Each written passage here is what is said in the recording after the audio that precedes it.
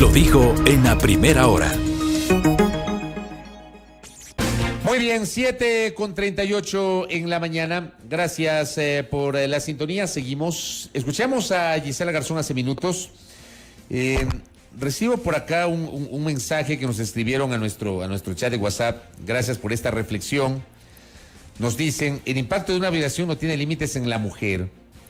En el Ecuador, inequitativo y sin sistema público universal, poner límites a la interrupción de un embarazo por violación significa dejar abierta la puerta a la revictimización. Es obligarle a la niña o mujer violada a aceptar esa gestación forzada. Este es un comentario que recibimos en nuestro chat de WhatsApp. En cambio, acá en nuestra transmisión digital, en cambio, hay, por ejemplo, un comentario. ¿Por qué no ir contra violador? ¿Por qué no ir contra el violador en lugar de asesinar a un inocente? Ahí tienen ustedes dos posiciones contrapuestas sobre este mismo tema. Dalton Bacigalupo Buenaventura está con nosotros, asambleísta de la Izquierda Democrática, integrante de la Comisión de Justicia y Estructura del Estado de la Asamblea Nacional. ¿Cómo le va, doctor Bacigalupo? Bienvenido. Un saludo, Fabricio. Gracias por esta oportunidad. A usted, doctor, por atendernos. Junto a mi compañera Belkis Sánchez vamos a generar esta entrevista con usted. Usted, y le pregunto, ¿usted ratifica su postura personal de no apoyar el texto final que salió de la Comisión de Justicia la semana anterior y más bien respaldar el contenido del informe de minoría, doctor Bacigalupo? Por supuesto, Fabricio, ¿no? Yo soy suscriptor de un informe de minoría, no porque quise hacerlo, sino porque junto a Sofía Espín y Ricardo Vanegas nos obligamos a elaborar un informe de minoría cuando el primer informe de mayoría establecía pues plazos de interrupción del embarazo que para nosotros pues no eran viables. Establecían, por ejemplo, que se podía para la mujer mayor de 18 años interrumpir el embarazo a los 7 meses, cuando ya hay un ser humano debidamente formado en el vientre materno. Cuando se establecía que no haya plazos para que las niñas y adolescentes, menores de 14 años, pudieran pues interrumpir su embarazo hasta los 9 meses de gestación. Esto nos parecía a nosotros pues un exceso, una exageración. Entonces decidimos elaborar un informe de minoría que básicamente lo estructuró la asambleísta Espín de las filas de la Revolución Ciudadana y al cual nosotros adherimos, porque creemos que establecía fundamentalmente un plazo que es el que más está generalizado en la legislación internacional, que es el máximo de 3 meses, es decir, 12 semanas, para el caso de niñas y adolescentes y mujeres de la ruralidad y discapacidad, y el plazo de 6 semanas para las mujeres mayores de 18 años. Entonces, el antecedente de esta elaboración del informe de minoría fue la posición exagerada que tomaron los asambleístas en la Comisión de Justicia, que estaban a favor del ahora informe de mayoría, en los términos que le he dicho, pero que cada vez pues lo han ido pues de alguna manera pues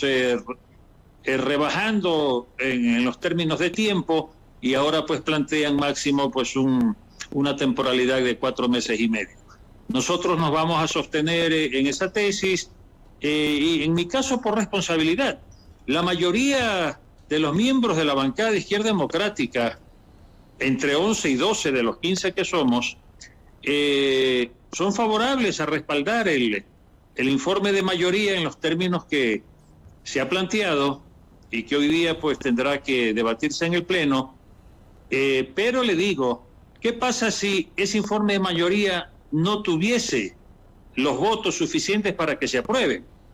Llegará el momento en que se trate el informe de minoría. Entonces, es responsabilidad, en este caso particular mía, el garantizar que ese informe de minoría pueda ser, un momento dado, una respuesta que tenga mayoría en el Pleno Legislativo para así cumplir con el mandato de la sentencia de la Corte constitucional de que elaboremos un proyecto de ley de interrupción voluntaria del embarazo en casos de violación. Asambleísta Bacigalupo, muy buen día.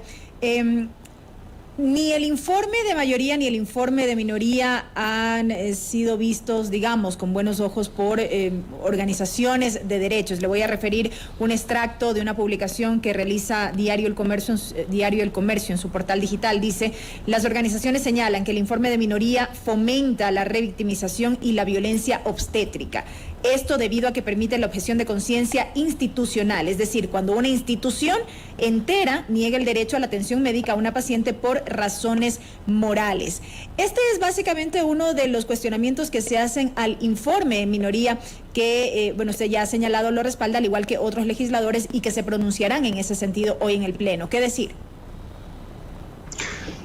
Bueno, le digo, siempre van a haber opiniones a favor o en contra de cualquiera de los dos informes, pero también en contra de los dos informes. Hay gente que no está satisfecha con ninguno de los dos informes, porque quienes tienen en sus convicciones el hecho de que la mujer no debería someterse a ninguna limitación de tiempo para abortar, es decir, el aborto libre en el Ecuador, no solo por razones de violación y todo esto, hay sectores del feminismo exagerado o extremo que predican el aborto libre, como en Argentina y en otros países a título de civilización o de conquistas femeninas.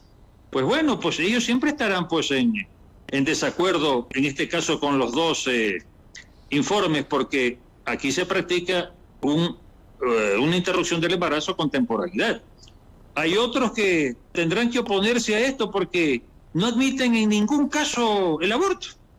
Entonces van a decir, no, pues si estas dos propuestas que atienden una decisión de la Corte Constitucional igualmente están matando la vida, que etcétera, etcétera, también se opondrán a los dos informes. Pero nosotros tenemos como legisladores que acatar una decisión, una sentencia de la Corte Constitucional que despenalizó el aborto en el caso de violación y nos manda pues a poner una ley que regule los plazos, los términos en que se puede pues interrumpir el embarazo en caso de violación. Nosotros tenemos que cumplir con esa obligación. Usted doctor, Sí, usted es abogado.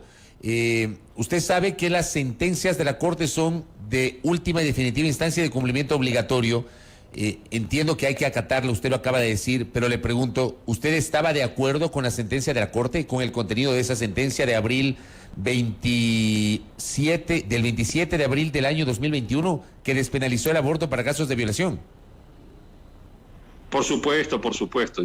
El partido como tal y yo en lo personal, no, acepto definitivamente que es una sentencia que mira con realismo la gravísima situación que se da en el Ecuador respecto de las violaciones concurrentes y que producen pues estos embarazos no deseados, ¿no? Así que yo estoy de acuerdo definitivamente en la sentencia de la Corte, pero ya en la práctica de la elaboración de la ley, pues ya le he dicho por qué me sumé yo a un informe de minoría para efectos de que, cumpliendo el estándar internacional que coincide que el plazo máximo para interrumpir el aborto en caso de violación sea pues no de 3 meses, me he adherido yo a esa tesis. De acuerdo. A ver, entonces, para entender esta parte, ¿usted está de acuerdo con la despenalización del aborto por violación? ¿Usted está de acuerdo con la sentencia de abril del 2021 de la Corte Constitucional? Pero usted discute la temporalidad, que es lo que ha generado este debate en la Comisión de Justicia y en el propio Pleno de la Asamblea Nacional, doctor. Así es, yo creo que el nudo crítico, como se le llaman a estas dificultades que ha habido en el tratamiento de este proyecto de ley, el nudo crítico fundamental, ¿no? Sin desconocer la importancia de los otros, pero el fundamental ha sido la temporalidad. Tan es así que ante rechazos en la opinión pública y rechazos al interior del Pleno Legislativo, ese informe exagerado que se había presentado inicialmente por una mayoría de miembros de la Comisión de Justicia, lo han ido revisando y han ido bajando, le digo, pues de 7 meses a 4 meses. En el otro caso, sin límite de tiempo, lo han bajado pues a 4 meses y medio. Entonces, esta forma de legislar también llama la atención. No, se trata de conseguir unos votos, ciertos criterios pues se modifican, el asunto se ha dado de esa manera y repito, pues ya veremos pues si este informe de mayoría goza del respaldo de los 70 legisladores que se necesitan para que se apruebe. Yo quiero decirle una cosa a Fabricio, ¿no? La legislatura debe aprobar un proyecto de ley en este sentido. Si mañana, en el tiempo, en unas horas, la Asamblea Nacional aprueba el informe de mayoría, bienvenido por la Asamblea, porque está cumpliendo una sentencia de la Corte Constitucional. Lo grave sería que estos dos informes, ninguno de los dos tenga pues, la mayoría para ser aprobado. Pero repito, sosteniendo el informe de minoría como suscriptor del mismo, yo vería con simpatía la posibilidad de que la Asamblea pueda aprobar el informe de mayoría por el hecho de que estamos dando cumplimiento y acatamiento a una sentencia de la Corte Constitucional. Porque lo peor que le podría pasar a la Asamblea Nacional es que no apruebe ni el informe de mayoría ni el informe de minoría. Asambleísta, ¿cómo ha sido en las últimas horas los diálogos y el análisis al interior de la izquierda democrática a propósito de este tema? ¿Usted sería el único de la bancada que votaría a favor del informe de minoría o cómo están los votos internamente? Bueno, yo tengo la obligación, le digo, de sostener pues lo que responsablemente pues suscribí respecto al informe de minoría. Tenemos ahí a otro asambleísta, ¿no?, que es el médico de profesión, presidente de la Comisión de Salud, el doctor Marcos Molina, que él sería pues partidario de que el máximo de tiempo para practicar un aborto en caso de violación puede ser, le digo, de a lo mejor pues semana y media, porque según él pues ahí ya habría vida, ya habría latido del corazón, de esa vida que está, pues, como decir, naciendo, pero que se allanaría a apoyar el informe de minoría, porque dentro de los dos informes planteados, este es el que menos, que reduce, por decir, el tiempo para la práctica de la interrupción del embarazo en caso de violación. Ahí tenemos una voz también discrepante, él desde el plano de médico, un hombre conocedor de estas materias. Entonces le digo, posiblemente alguna otra compañera, no sé ya definitivamente cómo esté definiendo su posición, pero le digo, yo creo que tanto el doctor Molina como yo estaremos por aprobar, ¿no?, la posibilidad de la vigencia del informe de minoría, si es que el de mayoría no lograse, repito, la votación suficiente en el Pleno Legislativo. Pero ratifico, si el día de hoy hay los votos suficientes para que se apruebe el informe de mayoría, yo estaré satisfecho por el hecho de que la Asamblea Nacional ha dado cumplimiento a una disposición, a una sentencia de la Corte Constitucional. Es decir, ha cumplido con lo que le ha requerido la Corte. ¿Estará satisfecho aunque usted no vote por ese informe? Así es, Fabricio. Oiga, doctor, la postura del partido, le pregunto, ¿va a ser orgánica? La semana anterior, Guillermo Herrera, que fue entrevistado en este espacio, señaló que no les van a... o sea, que la idea, él dijo que el partido no quería dejar en libertad a sus legisladores, sino establecer una postura orgánica. Y claro, aquí salta la duda porque está claro que su posición, por ejemplo, es distinta a la de otros de sus compañeros y compañeras dentro de la bancada. ¿No va a haber entonces una postura orgánica de la ID? Una postura orgánica hay que entenderla como una postura oficial que el partido genera o produce frente a un tema específico. Pero siendo oficial, el partido reconoce y admite que hay circunstancias especiales. En el caso del doctor Marcos Molina, yo diría objeción de conciencia, ¿no?, para no apoyar el informe de mayoría. En el caso mío, la responsabilidad de sostener mi criterio en el evento de que no se apruebe el informe de mayoría, ¿Qué pasa si no se aprueba el informe de mayoría? Tendrá que irse a votar en cualquier momento posterior el informe de minoría. Y es posible que ese informe de minoría tenga los votos suficientes y con eso dar cumplimiento por parte de la Asamblea al mandato de la Corte Constitucional. Entonces también el sentido de responsabilidad que yo tengo ante el país y ante la decisión de la Corte me obliga a sostenerme en el criterio de minoría. Entonces el criterio orgánico... Al sostenerse, perdón que le interrumpa, al sostenerse con ese criterio, y permítame insistirle, doctor, al sostenerse en ese criterio, usted de alguna manera no está yendo en contraposición a la postura organizacional o institucional de la izquierda democrática. Usted no es un militante nuevo, usted es un militante, digamos, ya histórico en esta agrupación política. ¿Usted es orgánico o usted cree que en este caso hay que votar de acuerdo a la convicción, a la conciencia, más allá del tema orgánico?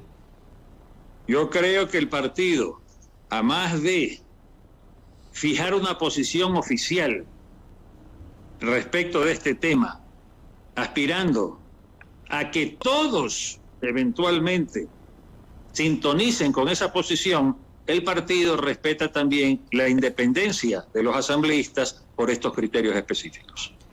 Asambleísta, ¿cuál será el efecto en el caso eventual de que ninguno de los dos informes cuente con el respaldo?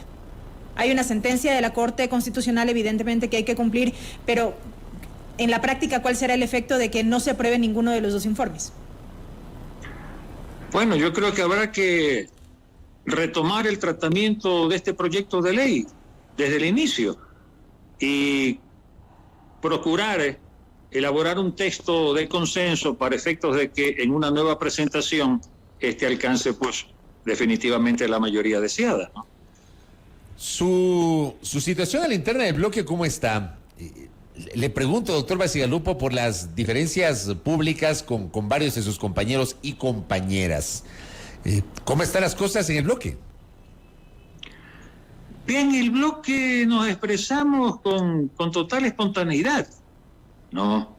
Con total libertad. Hay discrepancias de criterio, hay visiones distintas. Yo he votado fuera de la decisión orgánica del bloque en algunas circunstancias. Yo me acuerdo que cuando Marjorie Chávez propuso una resolución para que se trate en el Pleno el caso de Rosa Cerda, la asambleísta del Roben Bien, usted se acordará muy claramente de eso, ¿no? Yo, siendo miembro del Comité de Ética de la Asamblea Nacional, me obligué pues a votar en contra de la decisión mayoritaria del bloque, porque yo soy miembro del Comité de Ética, yo estoy más allá del partido en este caso, y la presentación de esa resolución que proponía Marjorie Chávez era a efectos de que el Pleno resuelva que la asambleísta Rosa Cerda debía abandonar la Asamblea Nacional, porque la máxima sanción que se le podía aplicar a ella en función de la normativa legal era pues 8 días de suspensión con la suspensión también de su remuneración, ante tamaña declaración que era una verdadera apología del delito, del roben bien. Entonces, ¿cómo yo puedo, como miembro del Comité de Ética, no impedir con mi voto que pase una resolución en el Pleno para que el Pleno conozca y resuelva que la asambleísta Rosa Cerda, exhortarla a que renuncie a sus funciones de asambleísta en el Parlamento ecuatoriano, porque su presencia no aparejaba un desprestigio a la institución parlamentaria?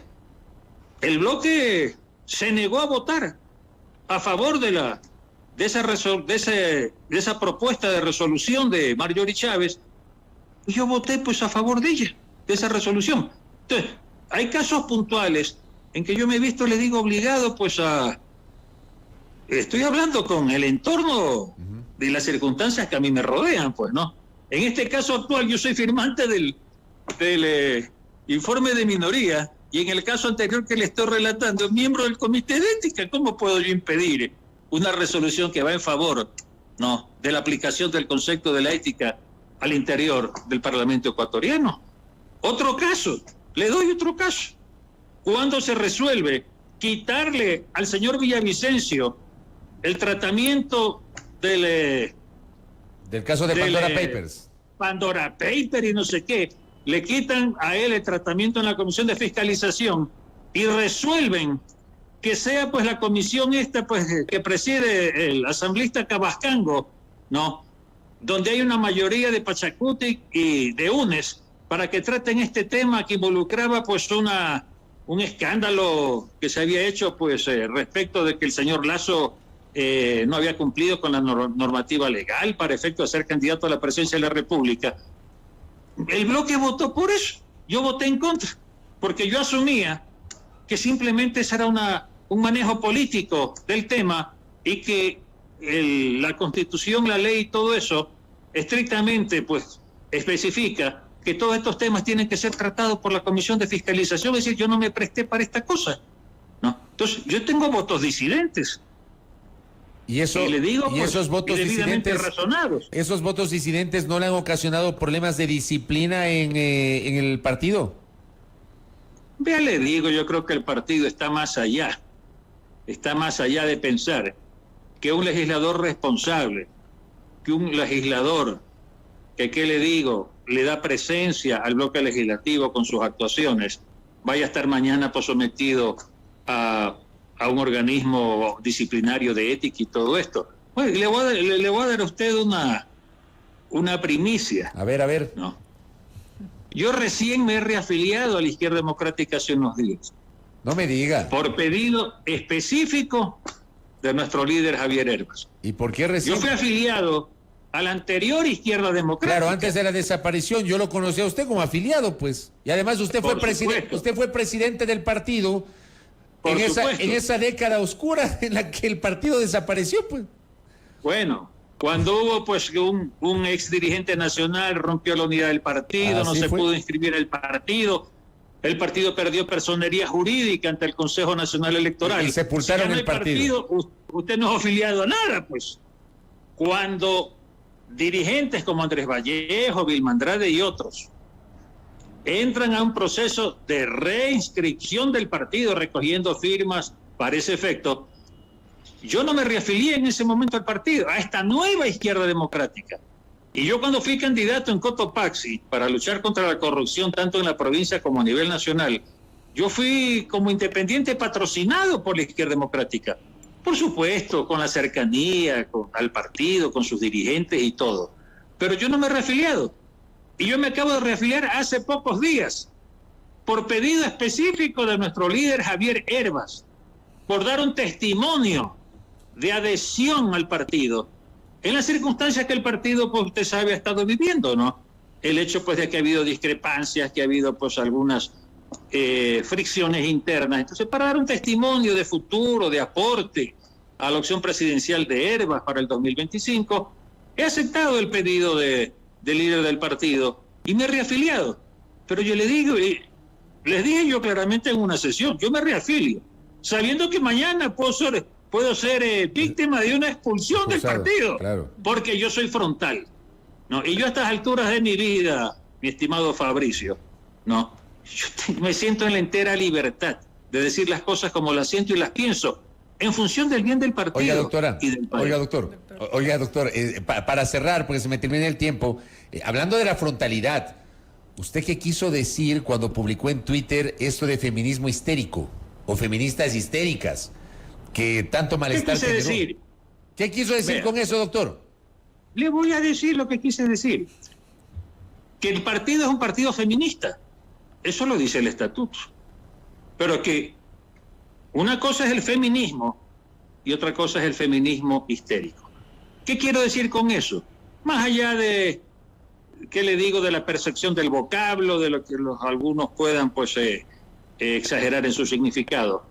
Llamémosles el feminismo exaltado, es decir, el feminismo sin freno, el feminismo frenético, el feminismo apasionado. Ya, eso es lo que quise decir, ¿no? Entonces, por eso recibí críticas y me dieron palo. Pero usted está en política para esto, pues, mi estimado Fabricio. Pues. Para recibir palo. Usted no está para recibir palo de los que no están conformes de pronto con alguna actuación suya o con alguna declaración. Yo no puedo ser en esto, pues le digo, en temas fundamentales, yo no puedo ser pues tibio. Yo tengo que ser frontal y decidido, eso es lo que quise decir. Correcto, doctor. Gracias por el tiempo y por esta interesante charla. Me queda clara su postura sobre lo que podría pasar el día de hoy. Solamente con esto cierro, porque entiendo que la primera moción va a ser votar el informe de mayoría. ¿Usted va a votar en contra? ¿Se va a abstener? ¿Se va a salir de la sala? No, yo me tengo. Yo me tengo como... ¿Usted va a presionar el botón y va a poner abstención o se va a salir al pasillo? No. Yo no soy hombre que me salgo de nada. O sea, le pregunto, pues. No, yo afronto. Es abstención, pues. El mío es abstención, ya sabe usted. Correcto, doctor. En la Comisión de Justicia he votado abstención. Correcto, doctor. Y votaré en el Pleno lo mismo. Gracias por el tiempo, doctor. Abrazo, Fabricio. Gracias a usted. Muy gentil. Dalton Bacigalupo, asambleísta de Izquierda Democrática. Ahí tienen ustedes. Gisela Garzón de UNES, Dalton Bacigalupo de la ID. Dos posiciones totalmente contrapuestas sobre lo que podría pasar el día de hoy. A esta hora, Belkis Sánchez, amigos y amigas, yo solo sé que nada sé.